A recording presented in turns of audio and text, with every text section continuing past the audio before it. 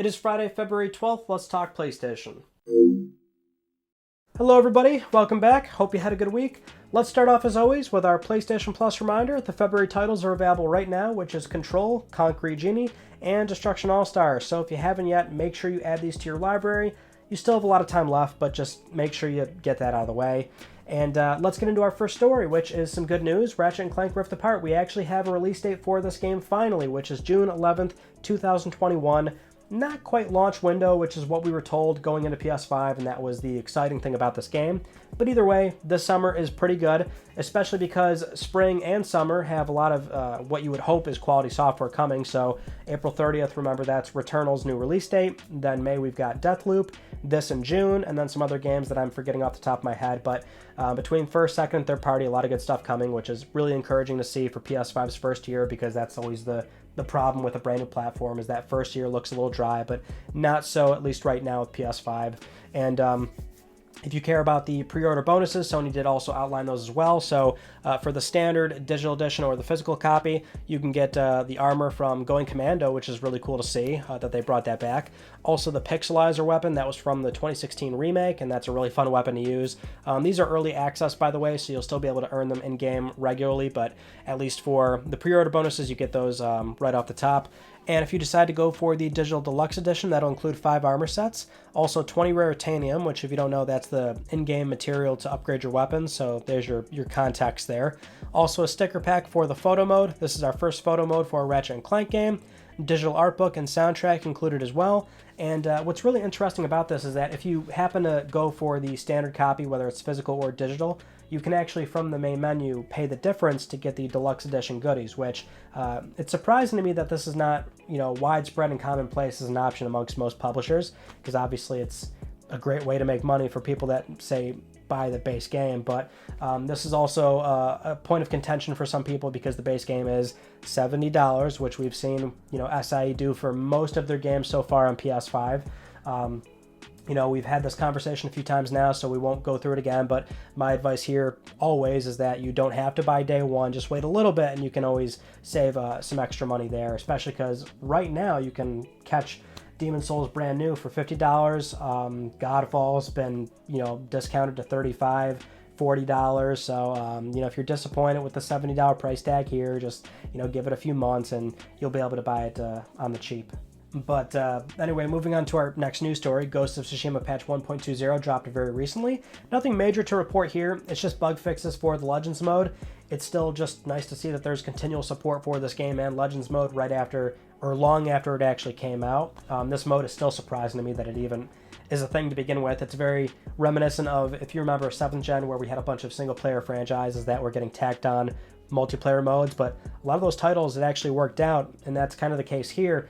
I need to play more of this game. I really do. I got to go back to it. But between, my PS4 catalog and now my already starting PS5 backlog, and then today, Bowser's Fury drops. There's just so much to play, man. It's tough. But while we're talking about patches, we can segue into our next news story, which is Destruction All-Stars. So last week we were talking about that voice chat problem. That was fixed very quickly with the hotfix 1.2.2, and now we also recently got 1.2.3.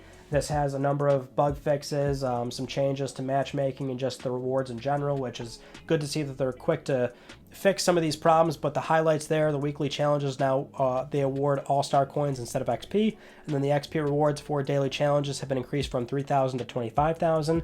I'm glad that they're very reactionary right now.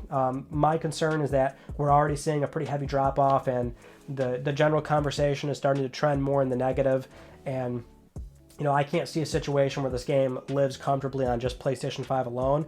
When we look at all the cross-gen titles, some of them make too much sense, and this is one where it doesn't really need to command strictly PS5 hardware. I don't know how. I would imagine a PS4 version is in the pipeline. It makes too much sense, right? And remember, we've only got a year of promised content, post-content for this game, and I don't know if that's going to be enough. Granted, Sony's selling plenty of PS5s, and they're selling as many as they can make, but this game would probably be much better off on PlayStation 4, and that's also combining it with the fact that there needs to be a lot more in place to do in the game. There needs to be more cosmetics that are meaningful to people, And I like the foundation that's there, I really do. I think it's a fun game, but it's easy to see why people are done with it after they take home a platinum or just play a few matches and see that there's just nothing that's pulling them back in outside of that, what was, I think, an engaging gameplay loop. Next up, it looks like we officially have our Joel and Ellie announced for The Last of Us HBO TV series. Pedro Pascal has been casted as Joel, and Bella Ramsey as Ellie. So Pedro Pascal, best known very recently for The Mandalorian, which a lot of people have been watching lately, but also Narcos, Game of Thrones. Bella Ramsey was in Hilda, The Worst Witch, also Game of Thrones, so there's some familiarity there between these two. And so far, I'm actually excited, and that means a lot considering that one, I watch very little TV dramas, I just don't care much for them, but also, two, there's some natural pessimism going into a game being converted to TV or film. We all know that's sort of the air surrounding these projects, but you know, it was always encouraging knowing that HBO was involved, so that's a platform that's going to put up the budget to make this work. PlayStation Production seems to be taking it seriously as well. And now we've got Pedro Pascal. He's a great actor. He kills it with the characters that he does. I have no qualms or issues with Bella Ramsey. That seems like a good fit. I know some people get bent out of shape about physical appearance not being close to the source material, and you know, I used to think like that too, but you got to remember context is everything, and for something like this, there's obviously going to be some steer on physical appearance. It's not necessary. What's really important is how they portray the characters and how they can nail the overall character progression and, you know, that sort of journey that we go through with Joel and Ellie from that first game and then going into the second one. So that is that's what's really important for a project like this, and so far I think, you know, they're ticking all the right boxes. Now it's just a matter of what they actually film and present to us, right? So we'll see how that turns out. Next up, let's talk about some patents. We've got one that was published very recently at the start of February by SIE, and it's for a controller with customizable presets as an add-on device. And, well, if we look at the picture, it's for the DS4 back button attachment. Now, what's problematic about this is that a lot of sites pick this up and theorize that maybe it's for the DualSense because they were looking at the international filing date, which was mid-2020, and that is after when the DS4 attachment came out. But the original date on that patent goes back to at least mid to late 2019, around when the attachment came out. So there's no direct reference to the DualSense or anything like that, and that's what we have to remember about patents in general, is that they don't discreetly mention specific products or initiatives. They're always very ambiguous in the description, but basically it's for describing the invention, the problems that it solves, why it's an original idea, things like that. Even the images aren't a giveaway, of course. I mean, we have plenty of SIE patents from a year ago that show Gen 1 PS4 models or fat PS3 models or screenshots from very old PS3 and PS4 games. It's just not, it's not indicative of anything, but that's not to say that we won't eventually see a DualSense add-on. I would imagine the DS4 attachment, it came so late in the life cycle just to be a proof of concept sort of device to see if it's worth doing on PS5.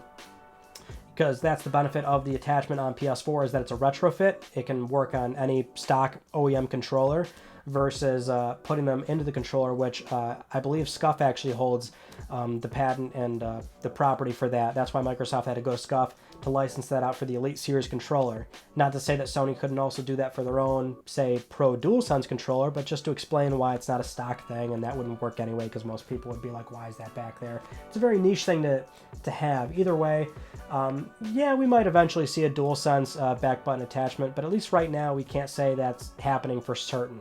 Now, another patent that was recently discovered was haptic metadata for audio-video streams.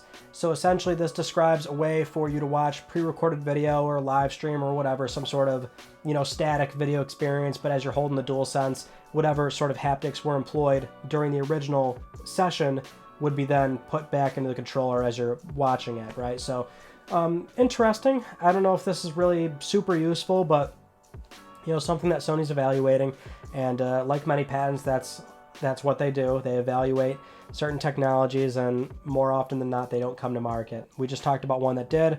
This one, I'm not so sure. Anyway, moving on though, does your DualSense have drift issues? That is the question. This past week, Kotaku posted an article where they were shedding some light on this problem by citing multiple users that have had this issue since launch and shortly after, where people are not touching the controller, and yet it's accepting phantom inputs from the left analog stick.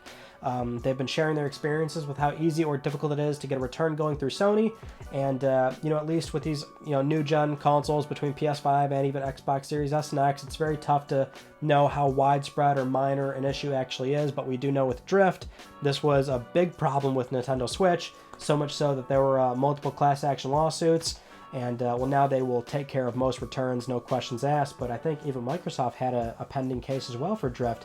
It seems like for all the consoles, this has been a problem lately.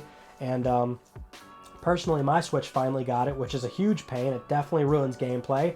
Mine is a late 2017 build date, so not quite a launch unit, but either way, it took that long to get to me.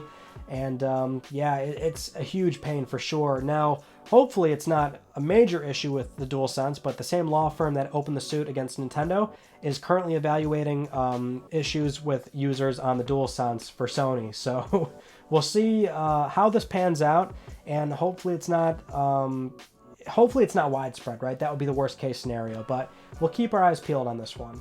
For our next news story, if you remember last week we were going over official Sony financials, and that was great that we had confirmed numbers for PS5, where it was about 4.5 million consoles sold. And now we're getting back to more speculative nature from GameIndustry.biz with the analyst firm Ampere, where they're discussing how the consoles right now between Microsoft and Sony launch aligned from the previous gen. They're pretty much right on track, but that's disappointing because availability is what's really holding these machines back. And for Microsoft, we don't have any confirmed numbers, but and keep in mind this is a rumor. Ampere is putting them at around 2.8 million right now, at least from the start of 2021, which launch aligned against Xbox One. That's about 100,000 units less, where Xbox One did 2.9 million. The initial number we heard, I think, was 3.5 million, and that was from Nico Analyst Partners, Daniel Ahmad. But either way, it's somewhere around there, right? Microsoft confirmed they already had their best launch, so it's got to be a little bit over that, I would imagine.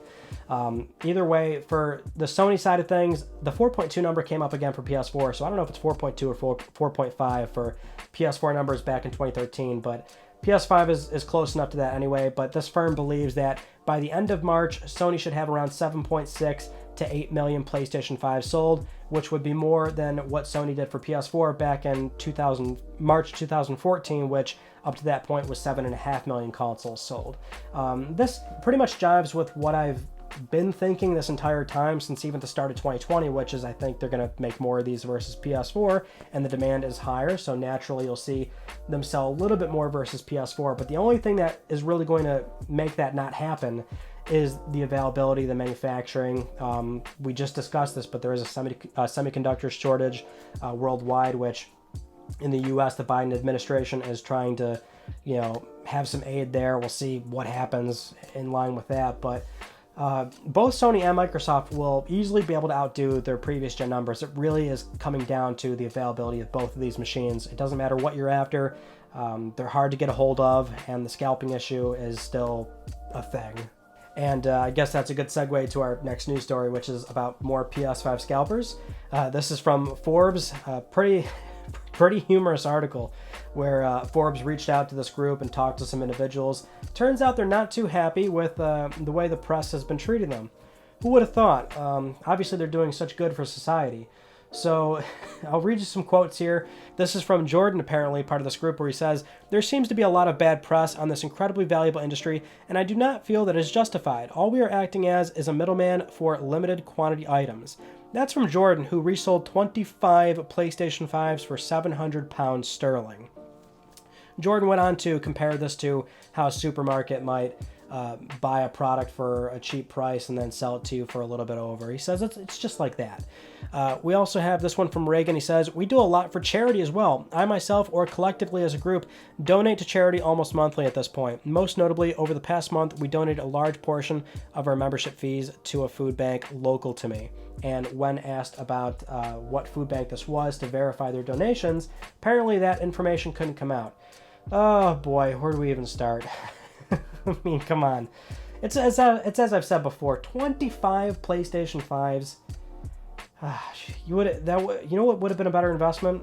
Dogecoin in November, or GameStop stock, or Bitcoin, or any boring ETF or mutually traded fund. I mean, come on, man. That's so much money. That's what, 11, 12,000 pounds, and this is just harmless to you. Obviously, you're being predatory. You're taking advantage of people. This is what we're talking about.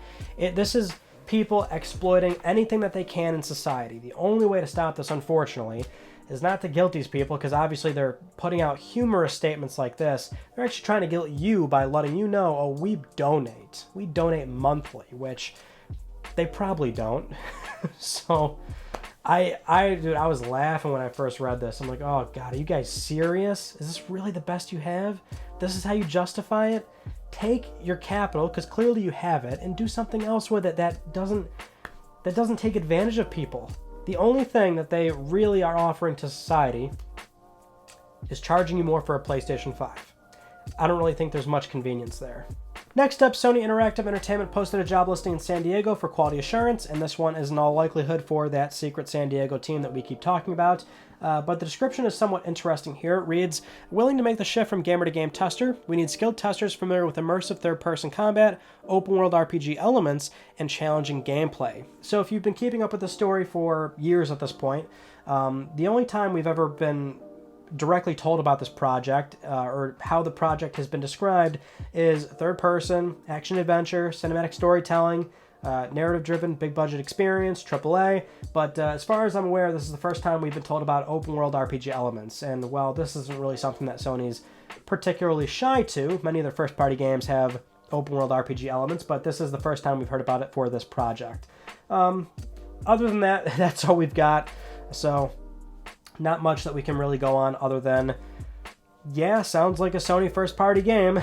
It's just a matter of when we'll ever actually see this project. But anyway, moving on, Final Fantasy VII Remake. It looks like we might have some news on this very soon. In fact, this coming weekend, where the Orchestra World Tour will happen in Japan. It's a ticketed event, kind of exclusive, but we just learned kind of last minute that there is going to be some sort of FF7 Remake related announcements. One of the co-directors, Toriyama, did say on Twitter, in addition to the performance, we have a special program plan as well. There will be a few things relating to Final Fantasy VII Remake that will be revealed only at this concert.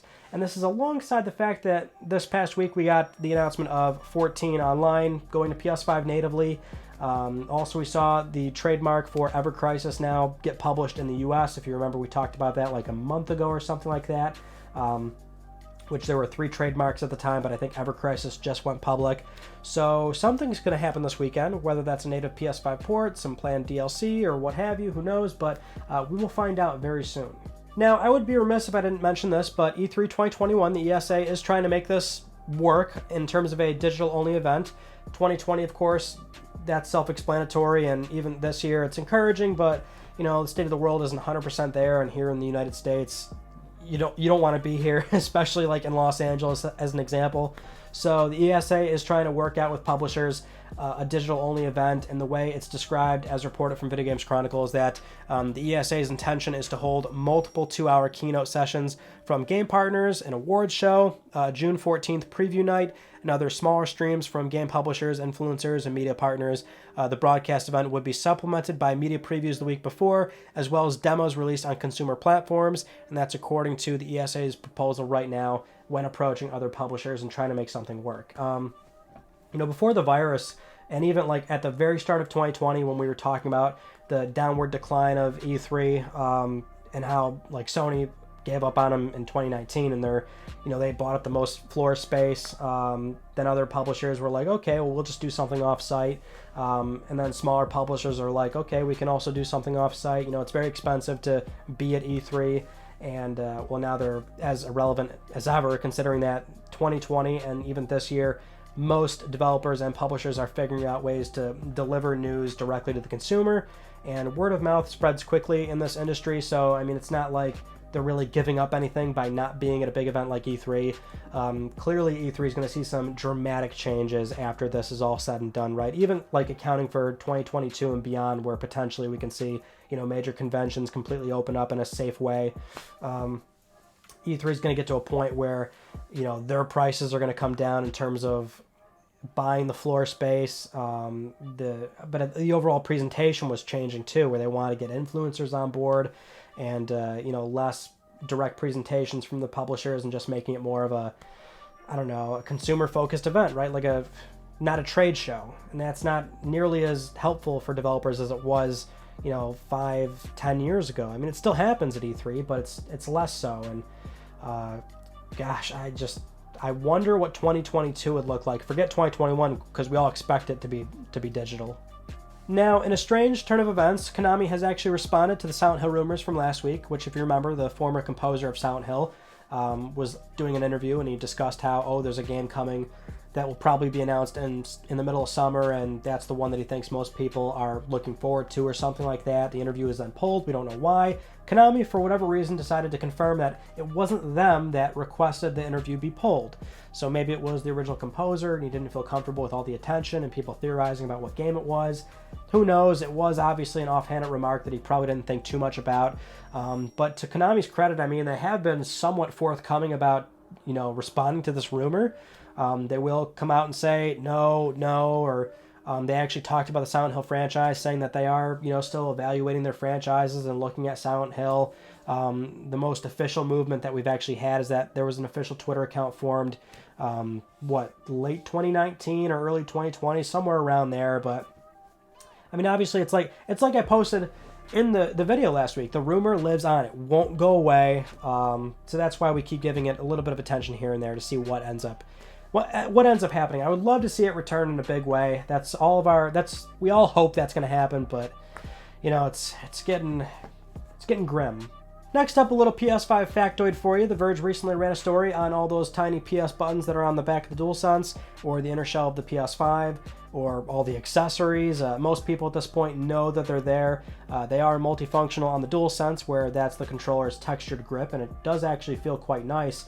But we found out that there's 40,000 of those on the back of the DualSense, and the original sketch was all done by hand by Yuji Morisawa, and that was actually the hard part. The easy part was applying it. So the article actually reads, applying the symbols to the DualSense gamepad is the easy part because they're not applied at all. Each and every one of those 40,000 symbols is part of the controller's shell, created when beads of molten ABS plastic are squeezed into tiny laser-cut crevices during the standard injection molding process. The design is optimized to keep the symbols intact as they're popped out of the mold. It really is impressive when you look close enough, if you have good eyesight, or a magnifying glass. It's so cool that is there, but it does. The controller feels really nice, more so than the DualShock 4, and it's cool to know that they're not just some sort of like little dots. It's actually the PlayStation symbols. Moving on to our next news story, we did get official confirmation that PS5 will launch in China in the second quarter of this year, so fairly soon, although when we discussed this with PS4 after that 14-something year long console ban, however long it was, for a long time no manufacturer could release there. It seemed like an encouraging news story for PS4 at the time because it's such a massive market, but we've seen now that, well, one, China has a huge preference towards PC and mobile, but also consoles there are heavily censored in terms of the software and what's actually available to purchase. So it's just not a very favorable way to actually buy and play on a console. It seems like most people either import them or mod the current ones that they have, or try to see different PlayStation stores to purchase content that way. So it's great that PS5 is going there, but it's not. I guess we can't really be super positive about it based off of the situation that we saw with PS4. Hopefully there's some decent headway and progress for the console space in China, because it is still a massive market. But anyway, with all that said, it's time to get to Let's Talk Plus, the weekly Let's Talk PlayStation giveaway where one of you can win a $10 PSN code. I would like to congratulate this viewer right here. I'll be contacting you very soon via email or Twitter. If you would like to win a $10 PSN code, it's very easy. Follow the link down below. Supporting this channel, a number of ways can gain you an entry, and I'll announce the winner next week because I am trying to pay for your games. Those are all the news stories that I want to talk about with you all from this past week. Sorry that we didn't have a Tuesday video again.